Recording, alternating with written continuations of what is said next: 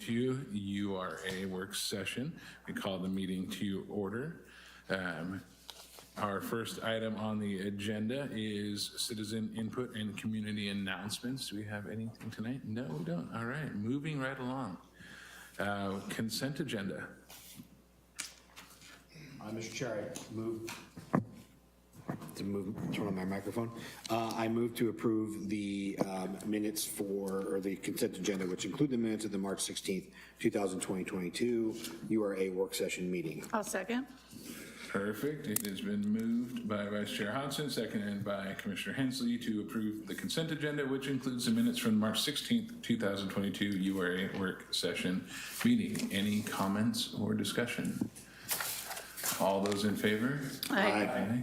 That is unanimous. Perfect. New business. We have item A is a facade improvement program application for Ace Glass. And I'll turn it over to Scott for the staff report. I'm gonna call on Jamie Stickle, Economic Development Director, to give you the staff report on this.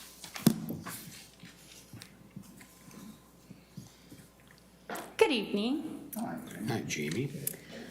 So Jamie Stickle, I'm the Economic Development Director, and an item to note that typically the Facade Improvement Program is run by the Economic Development and Tourism Coordinator, and we have Tyler Nizer here tonight, and we're doing kind of the Miyagi wax on, wax off. So he's been part of this process all the way through, and we have a couple more actually facade applications in the hopper. So we might be tag teaming it, or we might be, I might be doing a couple more just because I've started with these applicants, but in the future you will be seeing Tyler as the presenter for these.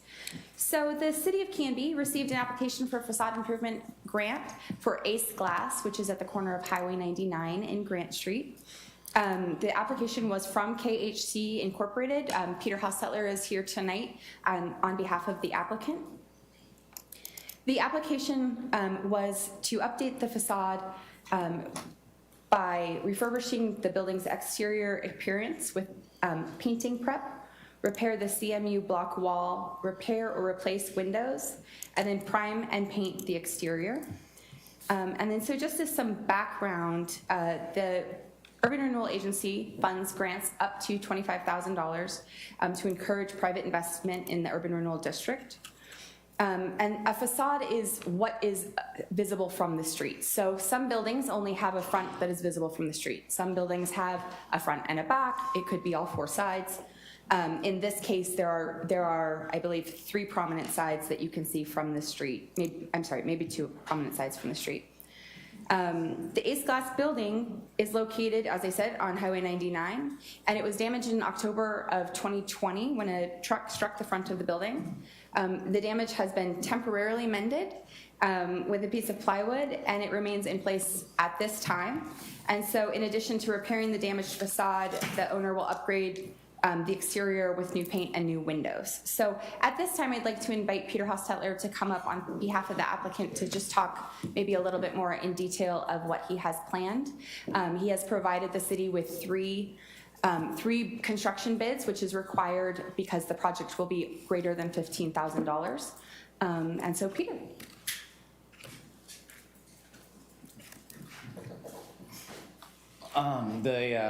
Like Jamie has said, we're doing the facade improvement there. It consists primarily of the block wall restoration and then painting. The block wall is, I don't know how old it is, but it's pretty old and needs a lot of repair before even the paint can go on. So that's what we're doing a lot of, is repairing the block wall and then painting the building.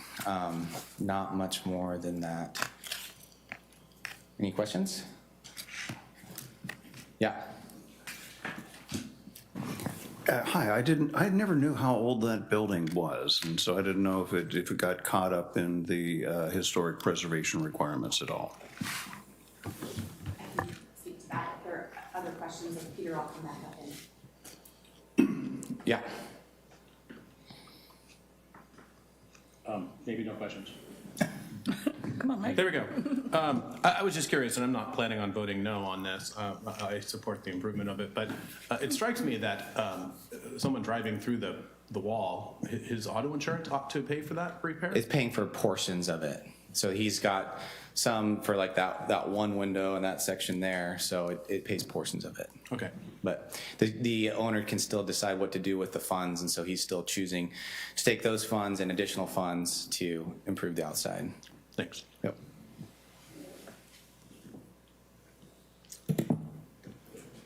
And both of those are great questions. I'll start just also to add on to what Peter had said, that one of the things in the facade improvement, the grant itself, it is to help with damage from certain things. So years ago, when Parsons Pharmacy was still downtown, we had a big windstorm, not as big as the one from last year, but they had a broken awning. It was ripped and I think bent. And so the facade improvement program helped to fund that incident. And then Commissioner Parker asked about the age of the building. I don't know what the age is of the building. I do know that it has some historic properties to it. So I don't know if it's been captured in one of our surveys. So the city's Heritage and Landmark Commission has done several now reconnaissance level surveys, and those kind of take a look at a building, the age, what it's made of, if it is eligible and or contributing to a national district or could potentially be put on the National Register. And so I would have to double check to see that, but we did receive, one of the things is this application goes out to the city's design committee. And so we received 2 comments back. One of them talks about the historic tendencies, or the historic properties rather, of this building, and just says the work described in the application seems to indicate that the historic integrity of the building will not be greatly diminished. The more repairing as opposed to replacing of windows, the better in terms of integrity retention. I am concerned that this is implied but not specifically stated in the application or the staff report. And then this person went on further to say, I think every facade application staff report on buildings 50 years or older, so it is 50 years or older, should address the impact on historic integrity. The URA should understand how the alteration could potentially affect other businesses. So I wanted to include those sentiments. The person also provided some examples of some restoration work that was recently done in Astoria, and I reached back out to them to ask if we could talk further on how we are able to capture some more of this information on our historic buildings, particularly because we have done the work on getting reconnaissance level surveys, and then the next step, which is intensive level surveys, where they take a deeper dive on many of our downtown buildings, and then that's also one of the focuses for the facade improvement program. Well, I just don't want Peter to end up getting crossed with the Historic Landmark Commission when he's just doing what he's being asked to do. So could you give Chair Jarosh a call and make sure? And pardon me? She's aware. That this has already been. And who wrote that note that you were just quoting from? Well, Carol Palmer is one of the people on the design committee, and so Carol Palmer sent it to me, and she CC'd Chair Jarosh and then also Tyler Nizer, so that we are able to make sure that everybody is in the conversation. And then I asked her if we could get together and talk a little bit further of how to better capture that, because other than making sure that Carol or somebody who has a heart for historic preservation is seeing this application, if she were to miss something, how do we have some fail-safe? So say no more. With those 2 names being on board, those would be the first 2 phone calls I'd be getting tomorrow if this wasn't in order. So Peter, just looking out for you that you don't get into the buzzsaw of this. So that's terrific. I'm sure Mrs. Palmer's good. even watching at home, so yes. Commissioner Spoon, and then Vice Chair Hodgson. Yeah, 2 things. One, in the future, would it be possible, or if the board wants, could we get comments from the design committee in the packet? Because I think it would be important for us to see what the design committee said, and I don't see it in our packet. Yeah, and I will tell you, just to be fully, I always joke that I'm the first person to tell on myself, that we had met with Peter and got this into, because they want a quick turnaround time, and I understand that. And then I remembered that actually we wanted to have the comments, so instead of just ignoring that part, I sent it, and I will add, I do have a second comment to read, just just to add, and then yes, I'll send those out to you, but typically they will be in the packet along with, kind of in that summary section. So my apologies that it's not this time. It's just been a little while since I've done this, and we wanted to be quick on getting it on the agenda. My other question, just because this program is a little bit nuanced in the way that we handle some things. So the bids are not itemized, which is, it's not really my concern. It's more, is demolition included in what facade improvement covers? Demolition as well? Yes. Okay, great, thank you. Vice Chair Hodgson, Commissioner Banks. Thanks, Chair Verwig. I was glad to see this come in. That corner building has been in need of some attention for a long time. I know there's been a lot of back and forth on what could be done there. You know, I know that there's been offers to buy the building, sell the building, been long history in 50 years. So this is going to be nice to see it get a facelift there on one of our busiest corners in town. So this is great. Looking forward to seeing it done. So thanks. Thank you. Commissioner Banks. I just had a question. I also am excited about this for the reasons that you've stated. But this building was slated for, or at least pegged for removal in the 2010 traffic safety plan. Is there no plan for that? Like, neither we nor ODOT are targeting this building, is that correct? Not that I'm aware of at this time. I don't, not that I'm aware of at this time. Okay. This building is not slated for removal in any of our plans at this time, no. No, I didn't believe so, but, so no. I'd never heard that, it just, Yeah. it was in that plan. And then I would also like to, just before we move on, just so that I'm making sure I'm capturing everything, that second quote that was from the design committee is just that this particular building has been in need of improvement for many years, and for this reason, I completely agree with its renovation. So, nice little bow on that. Great, thank you very much. Any further discussion? All right. Well, I think, Chair Varwig? Yes, sir. I would just remind you that we do have Mr. Art Marine here. He's not a commissioner quite yet, so if you could refrain from voting, that would be good until we swear you in a little bit. That was going to be my question. Okay, perfect. yes, and I did think about that, so I was going to mention that when the motion and voting comes up, but thank you for all of that. I'll make a motion. I move to approve the matching grant of up to $25,000 for the Ace Glass property under the guidelines of the Camby Facade Improvement Program. I'll second. Perfect. It has been moved by Commissioner Spoon and seconded by Vice Chair Hodgson to approve the facade improvement program. I'm looking for the exact wording. I'm sorry, I didn't have it right here in front of me. Where did it go? Anyways, it's been moved and seconded. All those in favor? Aye. Aye. Any opposed? All right, that passes unanimously. And the second is a discussion on our blade sign program. Yes, thank you. So again, here to talk to you about the blade sign program. It really falls as part of the facade improvement program. A blade sign, just to kind of paint a picture, although I did include the information in the packet, a blade sign is a sign, business signage, that hangs from a building or from an awning, so it could come out like this or down.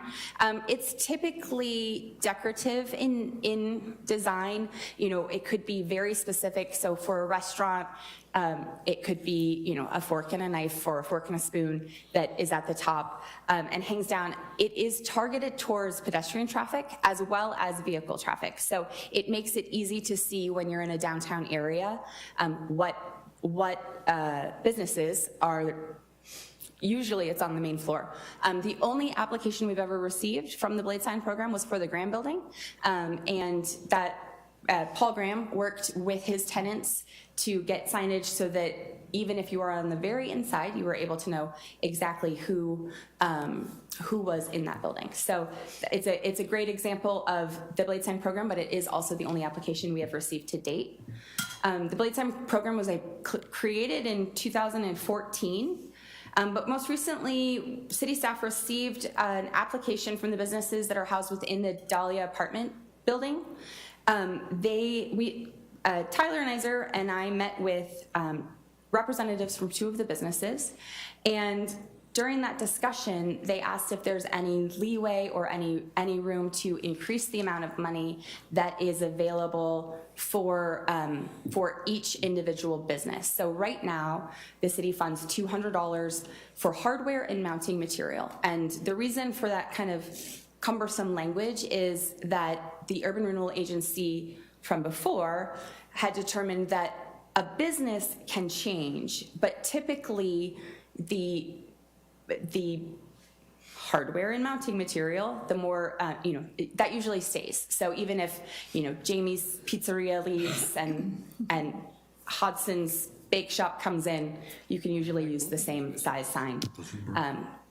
So they asked if that could be increased, and then also specifically if the sign permit could be waived as a way to enhance our downtown, enhance where the business, the signage, help the businesses that are still, many are still struggling.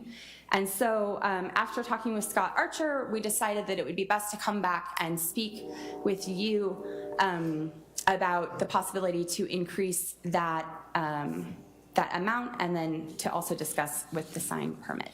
So this is a discussion, so that's why there's no recommended options or recommendation. We're just looking for some direction. Vice Chair Hodson, Commissioner Spoon, and then Commissioner Banks. Okay, thanks. Do we know, based on the conversation with the business owners, did they give any kind of an amount of that they wanted to see it increased to?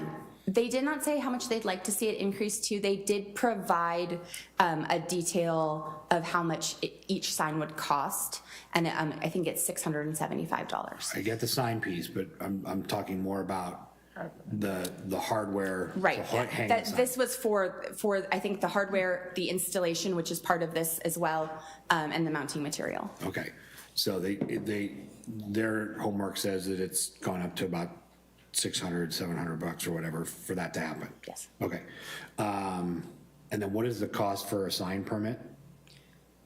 Oh goodness, I do not. I believe it varies by the sign and by whether it exists already and it's a refresh, or whether it's a brand new deal, as far as the amount of time that our planning department uses. And I know that on the fee schedule, upcoming fee schedule, I believe there's going to be an ask that it changes anyway. So I think you'll see that soon enough. I would also just throw in this notion that if you're waiving that, you're really acting in a different function than you are here. And if the urban renewal district or agency was willing to pay it, then it would pay urban renewal money to the city, and we would capture costs. Okay. And I guess my next question would be, is this just for the downtown businesses that obviously are under the URA, we'd just be looking at downtown, but not anywhere else within the city? Well, with the URA, it's the Urban Renewal District, which does include Highway 99 and other parts of the community. I've seen blade signs on Highway 99 or on other highways or busier arterials. So it can be for anything. It's targeted mostly towards downtown, just because that's where people are typically out walking. Thanks. Commissioner Spoon. Thanks, Jamie. So $675 now for what we were covering, right? The hardware, the mounting materials, the installation. In 2014, when we started this, do we know if the $200 covered the cost of that? So with the Graham Building, when they applied, which I believe actually was in 2016, they were able to keep their cost to the $200 for each one of those, the hardware and mounting material for each one of their signs. I think that they honestly spent like $199.99, but they really made it work for them. Do we know if the $675 was just from one capturing one price from one person, or did they get multiple indications of price and find that? Do we know? I believe it was just from one, Okay. a local business, I believe. Okay. And then were they asking that just the fee for the sign permit be waived, or we waive the permit entirely? The fee, or if there's a way to help with the fee.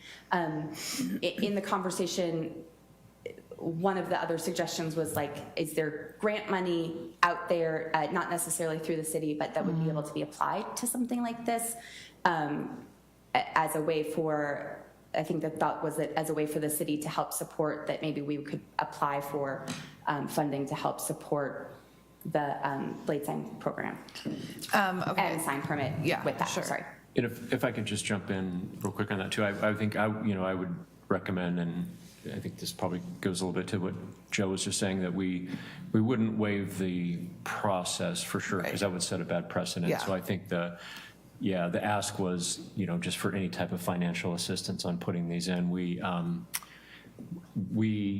are doing this as more of a discussion item with you, just to kind of take your temperature on this, and we could bring back a recommendation, and, or unless you had the ability to give us some kind of framework on what you might support or not. But we had a urban renewal meeting just for the prior item that we just finished. Yeah. And this kind of just came in, and I said, why don't we just have a conversation? So just so you know, we're just kind of wanting to get Sure. your temperature on this. And we also talked about that the facade program is at times underutilized, and we budget $75,000 a year, and we don't spend that typically, and so there are funds available, but it's really just a question of, do we want to open this piece of it or not? And I also would like to note, Scott Archer had recommended that I take a look to see if it had passed by resolution or ordinance. And I looked back through 2014 when the facade program was created, and I wasn't able to find that there was a separate ordinance or a separate resolution specifically for the blade sign. And so I think it was council direction at that time. Sure. As part of the facade improvement program. Then I guess what I would say in light of that is that I am open to the idea of changing it. I mean, the costs have gone up, and if we want people to utilize the program, I think the program has to match the cost. However, I would hope that we would maybe solicit some more costs than just the one cost that was looked at, so that we can make sure that whatever number we land on is the right number, instead of just the one price that was given. I have more mixed feelings about waiving the sign permit fee because there's city labor involved in that process, whereas like granting some money towards a sign doesn't really have an expense on the city, but putting something through a permit process requires staff time. So I'm a little, I guess I would need to think about that a little bit more, but those are my thoughts. I'm open to it, but maybe let's get some more estimates so that we know that whatever number we land on is the right number. Thank you. Commissioner Banks. Thank you. I had similar thoughts. It strikes me that if it's 6 years ago, it was $200, and now it's more than 3 times that, that exceeds the inflation rate by more than 10 times. So that does seem odd. I'm wondering if that $675 includes the actual sign itself, not just the bracket and hardware as described in the flyer thing here. And the other thing is, I would like to know what the permit is before I can decide whether we should waive that fee. Mr. Chair, I can answer that. I just looked it up in the planning fees section of the master schedule under building permit and sign review plan. Signs are $100 and then $15 for each additional sign. For the permit fee. For the permit fee. Would that be for the building or for? That's under the building site and review plan fee schedule. Right, I guess my question is, in this case, if there were multiple businesses that wanted to do it, would it be $100 plus 15 for each sign, or would each business pay $100? It's each business. It's each site.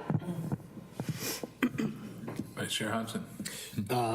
Couple of thoughts. I think looking at increasing the funding for the materials is worthwhile and prudent for us to do, but I also agree that I'd like to see some additional numbers on hardware costs and installation, as you said, parts and materials. so we at least have a better, I guess, law of averages on what we would be looking at. I would also be open for discussing and having the urban renewal district pick up the cost of the permitting so that the city could recoup its cost of doing the legwork for doing this. I think that's what Joe was just suggesting, was agency could then basically pay the city for the work to get that done. In terms of paying for the sign, I think that we should still stay with the policy that it's the business that pays for the sign. So when Jamie's Pizzeria goes in, that Jamie's Pizzeria pays for Jamie's Pizzeria sign. And then when Brian's Bake Shop goes in, that I pay for Brian's Bake Shop sign. So, but I'm all for trying to support the structural pieces to make that, so that Jamie's Pizzeria sign can go up. But, changes in that, that's a cost of doing business. That's just the way it is. And I'm all for, in terms of picking up the cost, I would maybe put a moratorium on that, or a time limit of maybe just 1 to 2 years of us picking that up, just to, again, kind of bridge some of these costs that the businesses went through these last couple of years. So those are my, I guess, 3 cents. And I would like to, I'm sorry to interrupt, sorry. I just was gonna say, they did not ask if we would pay for the sign. They were very explicit about utilizing the program as written for hardware and mounting material. I just wanna make sure that I'm reflecting the conversation properly. No, and I just wanted to capture just since we're talking about the whole project, just my thoughts on the whole thing, so thank you. Commissioner Smith. This opens a slightly bigger question for me, which is that during in a part of our general facade improvement program, like not just the blade signs, but when we talk about facade improvement program, we are paying for, am I correct in understanding that we are paying for some elements that are specific to a business name, though? Like some awnings have had the business name on them and whatnot. I'm just wondering, maybe at some point we need to revisit that concept, that we can pay for facade improvements, but advertising for that particular business, if that's something that we are interested in doing, maybe that's a conversation to have. Do you understand? Yes, I do understand, and that's a great question, and I hear what you're saying. The discussion about not paying for anything more than the hardware and mounting material came from the actual facade improvement program, not just a discussion with blade signs. So one of the counselors that have been on for my entire tenure here, Anderson Fairplace, which is right next to Fultano's. If you're looking at Fultano's, it's to the right. They did a monument sign as part of the facade improvement program, and I think that was what sparked the conversation of not wanting to pay for the signage. And then with the Parsons awning that I talked about, it was not anything that mentioned their name. That was just black, but so I don't know that we've paid for anything with a sign on it, because that rule applies to anything with the facade improvement program. Yep, no, that makes sense. I just thought it would be good if it was consistent. Like, I agree with everything we're saying, but I just wanted to make sure there was some consistency there. Wonderful, thank you. Yeah, I'll give my 2 cents for whatever it's worth. Probably not 2 cents, but I absolutely agree with a lot of what's being said. That we definitely need to take a look at it. Costs have gone up. Everything is more expensive than it was in 2014. I just don't see us paying for permits. I think that's one of those things that we need to continue to require the permit fee.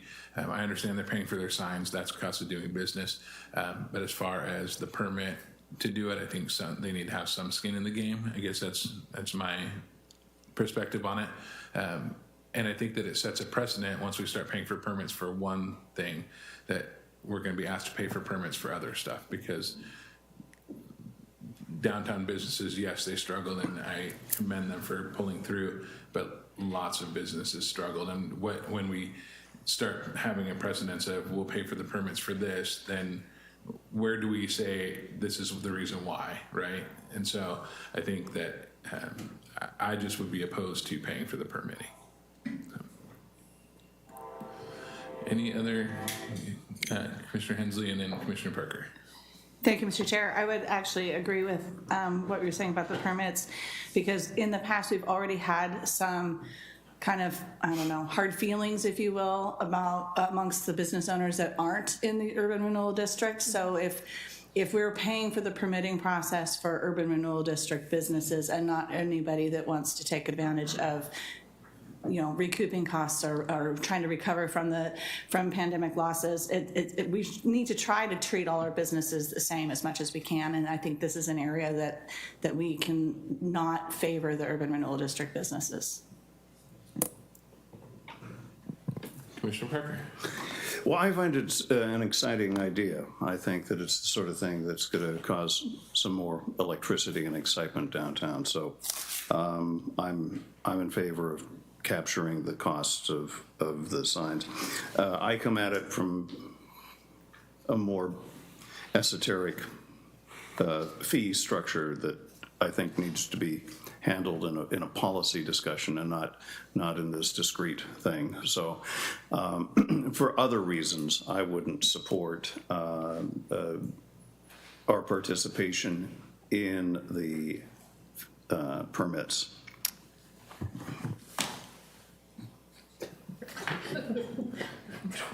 Jenna's slide is easy that time. Chair Bauer, going to make a comment? Yes. Unless, I don't mean to step in front of any other questions if you guys are. I think you're good.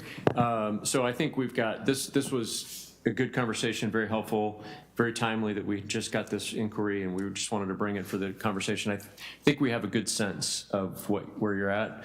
What we can do is we'll do some more research on determining what the costs of not the sign, but the hardware and the application would be, not the permit fee. I think it sounds like maybe we don't want to go down that road, but, and we can bring you back a recommendation to perhaps change that fee or change the amount that we support in that cost. But we'll do a bit more research and then bring you a recommendation. We just wanted to get a sense if there would be support to do so, and we think we've got that. Wonderful. Commissioner Banks?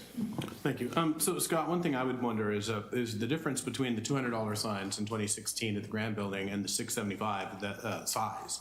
Is the $675 reflecting of like the maximum 20 square feet, which is something like 6 feet by 3.5 feet, roughly? That might be a lot bigger bracket hardware installation. That might be why it's so much different. Yeah. So that's one piece I would like to. Great. Okay, we'll take a look.